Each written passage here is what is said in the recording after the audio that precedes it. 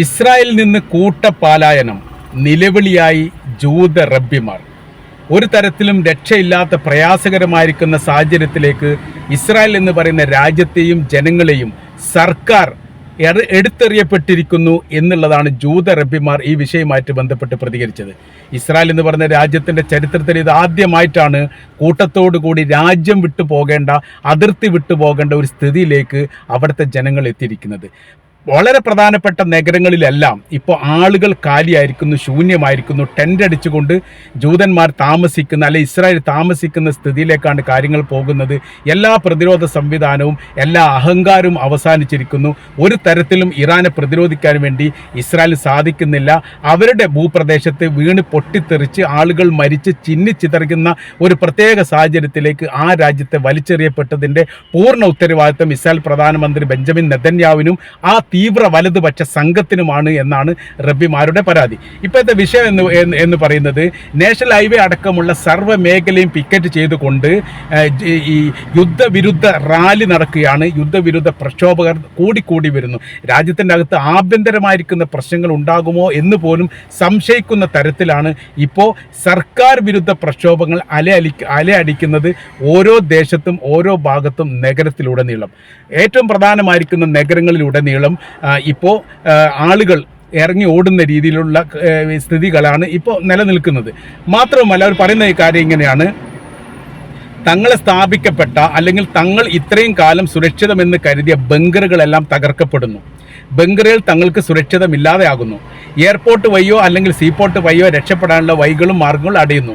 നിലക്കാത്ത രീതിയിൽ സൈറൺ മുഴങ്ങിയിരുന്നു ആദ്യ കാലഘട്ടത്തിൽ. ഇപ്പോൾ സൈറൺ പോലും മുഴങ്ങാതെയാണ് ശക്തമായിരിക്കുന്ന ആക്രമണത്തിൻ്റെ പെരുമയ ഇറാനിൽ നിന്ന് ഉണ്ടാകുന്നത്. പ്രതിരോധ സംവിധാനങ്ങൾ അപ്പാടെ തകരുന്നു. പ്രതിരോധിക്കാൻ സാധിക്കാത്ത സാഹചര്യത്തിലേക്ക് സർക്കാർ നീങ്ങുകയാണ്. ഇപ്പോൾ ഇറാന് നേരെയുള്ള ആക്രമണത്തിൻ്റെ തോത് പോലും കുറഞ്ഞിരിക്കുന്നു. അതിൻ്റെ കാര്യം ഇവിടെ പ്രതിരോധമായിരിക്കുന്ന കാര്യത്തെക്കുറിച്ചും അതേപോലെ തന്നെ ആയുധങ്ങളുടെ വലിയ രീതിയിലുള്ള കുറവുണ്ടായിരിക്കുന്നു. സാധാരണഗതിയിൽ പ്രതിസന്ധി ഉണ്ടാകുന്ന സമയത്ത് അമേരിക്കയാണ് ആയുധങ്ങൾ നൽകാറുള്ളത്. ഇപ്പോൾ അമേരിക്കയും പ്രതിസന്ധിയിലാണ്. അവരുടെ കൈവശത്തിലും ആയുധങ്ങൾ വേണം. ഈ ആയുധങ്ങളുടെ പ്രശ്നം എന്ന് പറയുന്നത് മറ്റ് ലോക രാജ്യങ്ങൾ അല്ലെങ്കിൽ യൂറോപ്യൻ രാജ്യങ്ങൾ ഒരുമിച്ച് കൊണ്ട് ഇസ്രായേലിന് ആയുധം നൽകാനുള്ള സ്വാഭാവികമാണ്. ഇപ്പോൾ ഇസ്രായേലിന് ഏതെങ്കിലും രാജ്യങ്ങൾ ആയുധം നൽകുന്നുണ്ടോ എന്ന് നിരീക്ഷിക്കുന്ന പണിയാണ് ഇപ്പോൾ ഇറാൻ ചെയ്യുന്നത്. അത്തരം ഒരു സംഭവം ഉണ്ടെങ്കിൽ അത് ശത്രുവായിട്ട് കണ്ടുകൊണ്ട് അവരെ ആക്രമിക്കും. 18ലധികം രാജ്യങ്ങൾ ആക്രമിച്ച ഇറാനെ സംബന്ധിച്ചിടത്തോളം ഈ ഇസ്രായേലിനെ സഹായിക്കുന്ന യൂറോപ്യൻ രാജ്യങ്ങൾ ആക്രമിക്കുക എന്നുള്ളത് വിഷയമുള്ള കാര്യം. രണ്ടു കൽപ്പിച്ചിറങ്ങിയതാണ് ഇറാൻ. അതുകൊണ്ട് തന്നെ സുരക്ഷയുമായിട്ട് ബന്ധപ്പെട്ട വിഷയത്തിലൊക്കെ വലിയ രീതിയിൽ ആകാംക്ഷ ഇസ്രായേലിന് വന്നിരിക്കുന്നു. തങ്ങളുടെ രാജ്യവും തങ്ങളുടെ ജനങ്ങളും തങ്ങളുടെ സംവിധാനങ്ങളും തങ്ങളുടെ ഭൂപ്രദേശവും 100% ലോകത്ത് ഏറ്റവും സുരക്ഷിതമാണ് എന്നാണ് എല്ലാ കാലത്തും ഇസ്രായേലിൽ പറഞ്ഞിരുന്നത്. അവർ വീമ്പ് പറഞ്ഞുകൊണ്ട് അതിങ്ങനെ തുടർന്നുകൊണ്ടേയിരിക്കുന്ന ഒരു കഥ പോലെയായിരുന്നു യഥാർത്ഥത്തിൽ. മാത്രമല്ല 1948 കാലത്ത് സ്വാതന്ത്ര്യമായതോടുകൂടി ജൂത രാജ്യത്തിൽ നിന്നൊരു പ്രഖ്യാപനം വന്നിരുന്നു: ലോകത്ത് എവിടെയെങ്കിലും നിങ്ങൾ, അതായത് ജൂതന്മാരുണ്ടെങ്കിൽ അവിടെ നിങ്ങൾ വീട് വിറ്റ്, ഭൂമി വിറ്റ്, എല്ലാം വിറ്റുകൊണ്ട് നിങ്ങളുടെ സ്വർഗരാജ്യമായിരിക്കുന്ന ഇസ്രായേലിലേക്ക് വരിക. ഇവിടെയാണ് നിങ്ങളുടെ സ്വർഗം, ഇവിടെയാണ് നിങ്ങളുടെ ദേശം, ഇവിടെയാണ് നമ്മൾ ജീവിക്കേണ്ടത് എന്നായിരുന്നു പ്രഖ്യാപനം. അങ്ങനെ ആ പ്രഖ്യാപനത്തിൽ വിശ്വസിച്ചുകൊണ്ട് ലോകത്തിലെ വ്യത്യസ്ത രാജ്യങ്ങളിൽ പൗരത്വം ഒഴിവാക്കിയവരും ഭൂമി വിൽപ്പന നടത്തിയവരും ഭൂമി വിൽക്കാതെ അവിടെ ഉപേക്ഷിക്കപ്പെട്ട് രാജ്യത്തെത്തിയവരുമാണ് നല്ലൊരു ശതമാനം.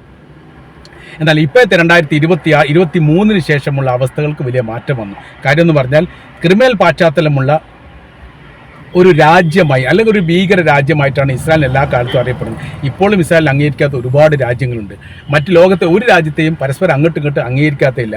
UN അസംബ്ലി തന്നെ ഏറ്റവും കൂടുതൽ ഈ പ്രമേയങ്ങൾ പാസ്സാക്കിയത് ഇസ്രായേലിനെതിരാണ്. നടപ്പിലാകാത്തതും അത് തന്നെയാണ്.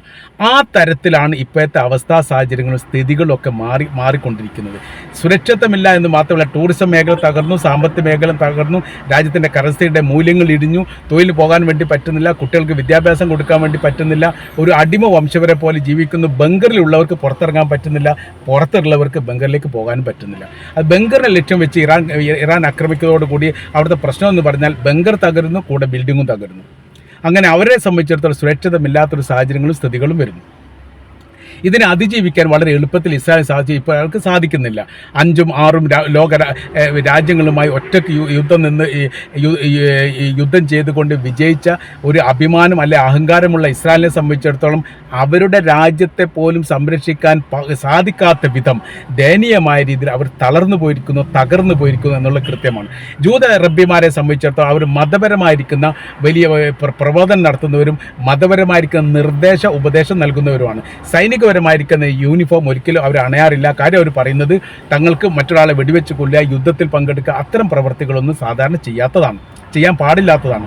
മതപ്രബോധനവും പ്രചാരണവുമായിട്ട് ബന്ധപ്പെട്ട കാര്യങ്ങളാണ് തങ്ങൾ ചെയ്യാറുള്ളത്. എന്നാൽ ഇസ്രായേൽ സർക്കാർ പറയുന്നത് അവരും ഈ സൈനികരാവണം എന്നുള്ളതാണ്. പറയാനുള്ള പ്രധാനമായിരിക്കുന്ന കാര്യമെന്ന് പറയുന്നത് സൈനികരുടെ ഒരുപാട് ഷോർട്ടേജ് ഉണ്ട്, ഒരുപാട് കുറവുണ്ട്. ഈ കുറവ് നികത്തണമെങ്കിൽ എന്ത് ചെയ്യണം? അവരും കൂടി ഈ സൈനികരാവണം. ആ സൈനികരാവുക എന്ന് പറഞ്ഞാൽ വലിയ പ്രയാസമുള്ള കാര്യമാണ്.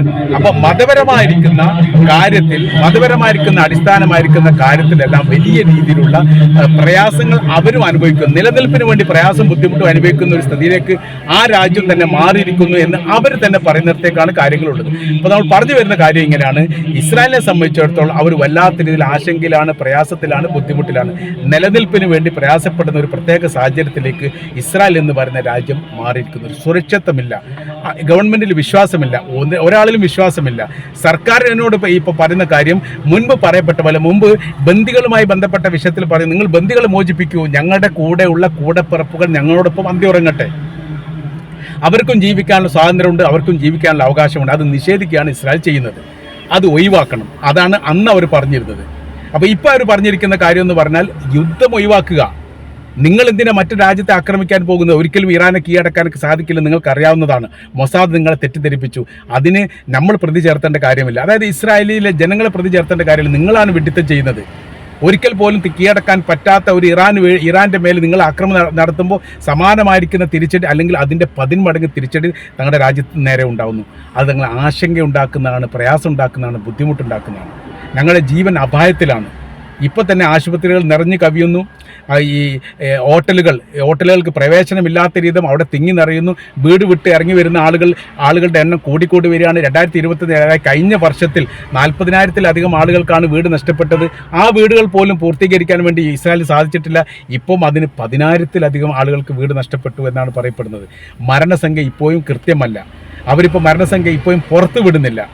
അപ്പോൾ അവരടക്കം ചെയ്യുന്ന ഏരിയകൾ നോക്കിക്കൊണ്ടാണ് ഏകദേശം ഒരു വിവര കാര്യങ്ങളൊക്കെ മറ്റു ലോക രാജ്യങ്ങൾ പുറത്തുവിടുന്നത്.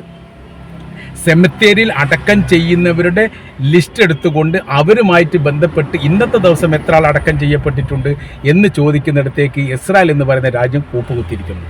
ഇതൊക്കെയാണ് ഇവർ പറഞ്ഞു വരുന്ന പ്രധാനമായിരിക്കുന്ന വിഷയങ്ങൾ. ഇപ്പോൾ ഈ ഗസ ഏതാണ്, ഈ ഇസ്രായേൽ ഏതാണ് എന്ന് മനസ്സിലാകാത്ത വിധം നഗരഭ്രാന്ത പ്രദേശങ്ങളൊക്കെ ഇടിഞ്ഞ് ചെതറിയിട്ട് റോഡും കാണുന്നില്ല, വീടും കാണുന്നില്ല, നഗരവും കാണാത്ത രീതിയിലേക്ക് മാറ്റിയിരിക്കുന്നു. നിലക്കാത്ത രീതിയിലുള്ള ആക്രമണത്തിൻ്റെ പെരുമ അവിടെ വരുന്നു. ഇപ്പോൾ അത് വാർത്തയല്ലാതാകുന്നു. ഇസ്രായേൽ നേരെ ഏതെങ്കിലും രാജ്യങ്ങളുടെ ആക്രമണം നടത്തി കഴിഞ്ഞാൽ അത് വളരെ പ്രാധാന്യപ്പെട്ട അന്താരാഷ്ട്ര വാർത്തയായി മാറുമായിരുന്നു.